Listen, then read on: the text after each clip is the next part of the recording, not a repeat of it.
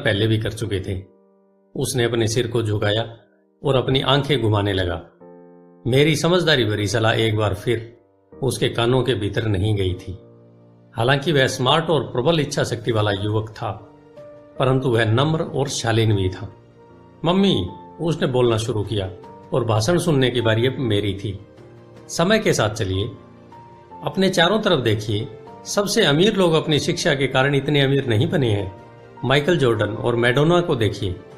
यहां तक कि बीच में ही हार्वर्ड छोड़ देने वाले बिल गेट्स ने माइक्रोसॉफ्ट कायम किया। आज वे अमेरिका के सबसे अमीर व्यक्ति हैं और अभी उनकी उम्र भी 30 से 40 के बीच में ही है। और उस बेसबॉल पिचर के बारे में तो आपने सुना ही होगा, जो हर साल $40 लाख कमाता है, जबकि उस पर दिमागी तौर पर कमजोर होने का लेबल लगा हुआ है। हम दोनों काफी समय तक चुप रहे। अब मुझे यह समझ में आने लगा था कि मैं अपने बच्चों को वही सलाह दे रही थी जो मेरे माता पिता ने मुझे दी थी। हमारे चारों तरफ की दुनिया बदल रही थी, परंतु हमारी सलाह नहीं बदली थी। अच्छी शिक्षा और अच्छे ग्रेड हासिल करना अब सफलता की गारंटी नहीं रह गई थी और हमारे बच्चों के अलावा यह बात किसी की समझ में नहीं आई थी। मम्मी, उसने कहा, मैं आपकी और डैडी की तरह कड़ी मेहनत नहीं करना चाहता। आपको काफी पैसा मिलता है और हम एक शानदार घर में रहते हैं जिसमें बहुत ही कीमती सामान है। अगर मैं आपकी सलाह मानूंगा तो मेरा हाल भी आपकी ही तरह होगा। मुझे भी ज्यादा मेहनत करनी पड़ेगी ताकि मैं और ज्यादा टैक्स भर सकूं व कर्ज में डूब जाऊं। वैसे भी आज की दुनिया में नौकरी की सुरक्षा तो बची नहीं है। मैं यह जानता हूं कि छोटे और सही आकार की फर्म कैसी होती है। मैं यह भी जानता हूं कि आज के दौर में कॉलेज के स्नातकों को कम तनख्वाह मिलती है, जबकि आपके जमाने में उन्हें ज्यादा तनख्वाह मिला करती थी।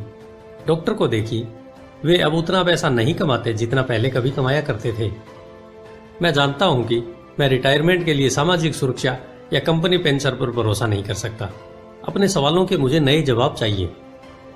वह सही था, उसे नए जवाब चाहिए थे और मुझे भी। मेरे माता पिता की सलाह उन लोगों के लिए सही हो सकती थी जो 1945 के पहले पैदा हुए थे, पर यह उन लोगों के लिए विनाशकारी साबित हो सकती थी जिन्होंने तेजी से बदल रही दुनिया में जन्म लिया था। अब मैं अपने बच्चों से यह सीधी सी बात नहीं कह सकती थी, स्कूल जाओ, अच्छे ग्रेड हासिल करो और किसी सुरक्षित नौकरी की तलाश करो। मैं जानती थी कि मुझे अपने बच्चों की शिक्षा को सही दिशा देने के लिए नए तरीकों की खोज करनी होगी।